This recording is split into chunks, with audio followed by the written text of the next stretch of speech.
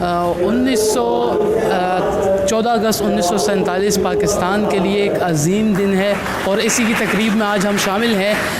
لیکن ہم یہ بھول گئے ہیں کہ 14 اگست کی اہمیت کیا ہے۔ 14 اگست ایک عام دن نہیں ہے پاکستانیوں کے حوالے سے، اور کیونکہ اس دن کے لیے، اس ملک کے لیے ہمارے بزرگوں نے، علماء کرام نے، عوام نے اپنی جانوں کے نذرانے پیش کیے تھے۔ کوئی آرام سے یہ آزادی ہمیں نہیں ملی، لیکن افسوس سے کہنا پڑ رہا ہے کہ جب ہمیں پاکستان معرض وجود میں ملا، جب پاکستان اپنے وجود میں آیا، اس وقت اس ملک کو اللہ نے بہت زیادہ اپنی نعمتوں سے نوازا ہوا تھا۔ اگر ہم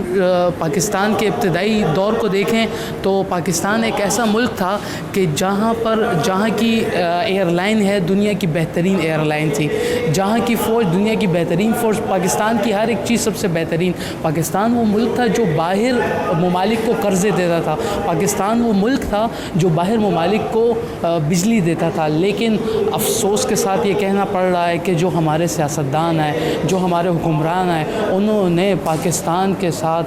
کچھ بھی صحیح سلوک نہیں کی۔ جو آیا اس نے اپنا پیٹ بڑھا اور اس پاکستان کو لوٹ کر چلا گیا، لیکن اس کے بعد بھی الحمدللہ اللہ کے معجزات میں سے ایک بڑا معجزہ ہے کہ پاکستان آج بھی قائم و دائم ہے اور انشاءاللہ قیامت تک رہے گا۔ لیکن مجھے بڑے افسوس سے یہ کہنا پڑ رہا ہے کہ ہم انگریزوں کی غلامی سے تو باہر آ گئے، آزادی ہمیں مل گئی، ہم نے اسلام کے نام پر ایک ملک بنا تو لیا، لیکن ہم آج بھی کچرے،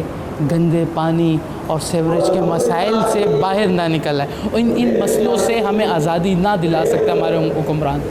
تو ہم انہی چیزوں میں آج تک پھنسے ہوئے ہیں، ہمیں گرا دیا گیا ان مسائل میں۔ تعلیم ہماری نیپال سے گھٹیا ہو چکی ہے، سیکیورٹی سسٹم ہمارا صرف واحد ایک سیکیورٹی سسٹم ہے جو دنیا میں اعلیٰ ترین سیکیورٹی ہے، جیسے ہماری آرمی ہے، ہماری ایئر فورس ہے، اور ہماری جو فورسز ہے سب سے بہترین ہے، لیکن اس کے حوالے سے سب کچھ اوکے ہے، لیکن جہاں ایجوکیشن کی بات ہو، جہاں اور ساری چیزوں کی بات ہو، اس میں پاکستان بہت پیچھے رہ گیا ہے۔ پاکستان کو